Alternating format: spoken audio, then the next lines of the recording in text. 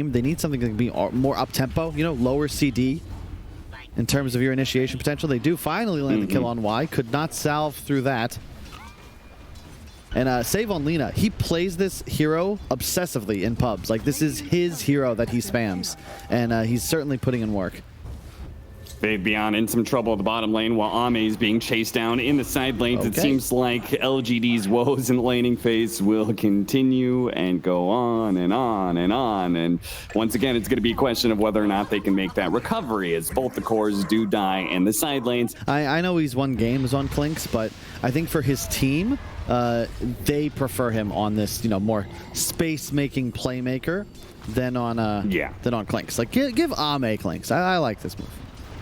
The body block? Yeah, it doesn't matter how many pubs you practice this Clinks, this Faith Beyond does manage to get the kill on Kingslayer. It doesn't matter how many times you played it in pubs, it's your team, as you said, really wants you to be on a space creator, because that is honestly when LGD has looked best with Zhao Wei. And Save is going to be caught by the cogs, and the Burning Barrage is just not quite good enough. And is just going to keep at it, though, because Zhao Wei has rotated in. Going to give him a couple of bottle hits with Save. Does manage to get that kill on Y. A very important kill, though, right here. Perhaps just for catching Clinks. It's nice against the Pango, and it's set up for your Lina and your Mars. Makes sense. Yeah. LGD, they try and get aggressive in the bottom lane, trying to kill Save, and they do manage to get that kill, but it nets them, VirtusPro, at least one kill in return. The damage isn't going to be quite fast enough to get the other one, though.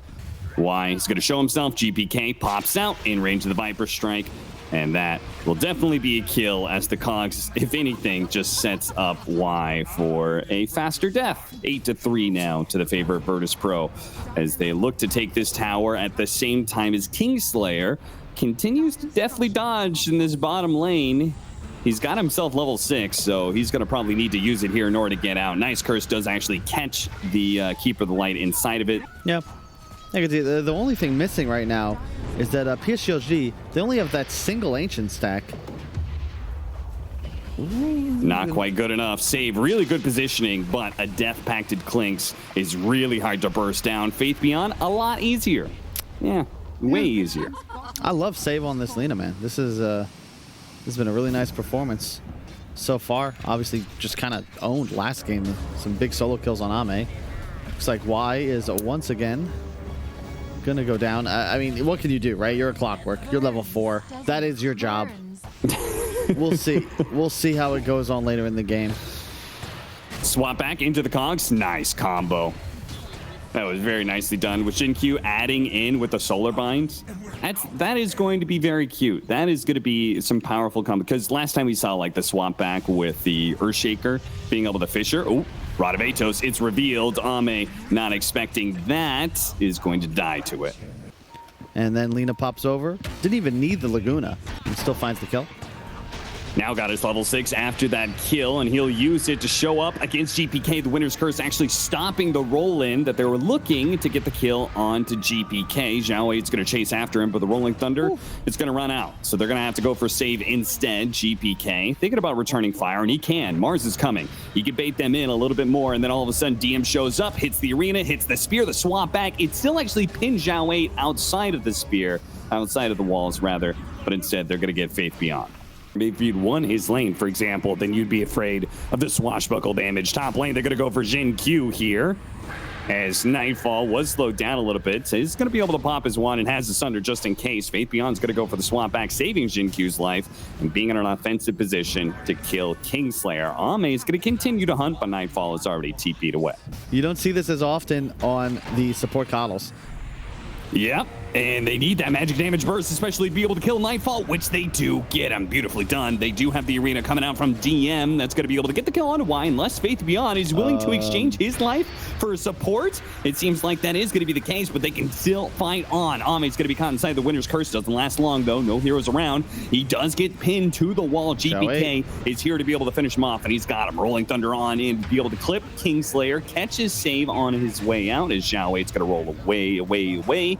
Y. Again, another death there for LGD. 4 going down in that fight. Yeah, for sure. I already got flamed for trying Spirit Breaker core, you know? And I said, well, Zhao 8 did it, and they said, you're not Zhao 8. And I was like, you're right. I can hear like the Venge offlane. I'm gonna rush Aghanims. Like I'm buying Dagon on Coddle. This is just wild stuff from PSGLGD. I'm gonna say all of that. Zhao holding, and the initiation, the hook shot. Followed up, Rolling Thunder. The Winter's Curse going to be too late. Zhao Wei is already causing some chaos in the back lines as they're going to be able to finish off Save pretty easily. From the low ground, VirtusPro trying to return fire, but now they stuck around perhaps a bit too long. Faith Beyond swapping Nightfall into an awkward position here, keeping him away from the rest of his team. He's going to have to Sunder, using it on Faith Beyond, who still wants to fight. He's got the Aghanim Scepter. He wants VirtusPro to fight into him. Yeah. It's rough. Venge, no You such get one problem. of those Zhao Wei buybacks, diebacks, you know, spend a minute away. Kingslayer's very, very dead. VirtusPro, they don't have a problem with Save a Friend syndrome. No. They say see you later to their supports any chance they can get. Wait, oh, the Coddle? I don't know about that one, Cap. DM, oh, he gets out of the arena. The last shots of the Shard were not good enough, but the Cold Embrace keeps him in place long enough for Zhao Wei to catch up. Maybe not quite what Kingslayer had in mind there. So they're going to start getting aggressive. They throw the ward on the high ground. Faith Beyond looking for the swamp once. Something out of this, and they're only going to get Kingslayer. He is going to actually throw out the Winter's Curse, but Venge is going to be fine with this. In fact, DM committing into this team fight, but Ame's in the perfect position to Burning Barrage through the arena and get the kill. Now the Ignis Fachus pulling in Nightfall, but he turns around, goes for Zhao Wei, turns in, rolls up, tries to do what he can. Shield Crash survives a bit longer, but ultimately, because of the buybacks on VirtusPro, LGD are going to back away. Because now you can trade those buys into a potential Aegis, and what do you know? Another DD, the most impactful rune so far this series. It certainly has, and it's perfectly timed too as Meta's about to wear. Oh, he got the kill on Save. A pushback spear in from DM. Ame has a BKB though. He needs actually a Sunder. He doesn't have it. Swap back in. Ame still trying to get Save. The damage reduction is enough to keep him alive. Ultra kill for Ame and a rampage, baby.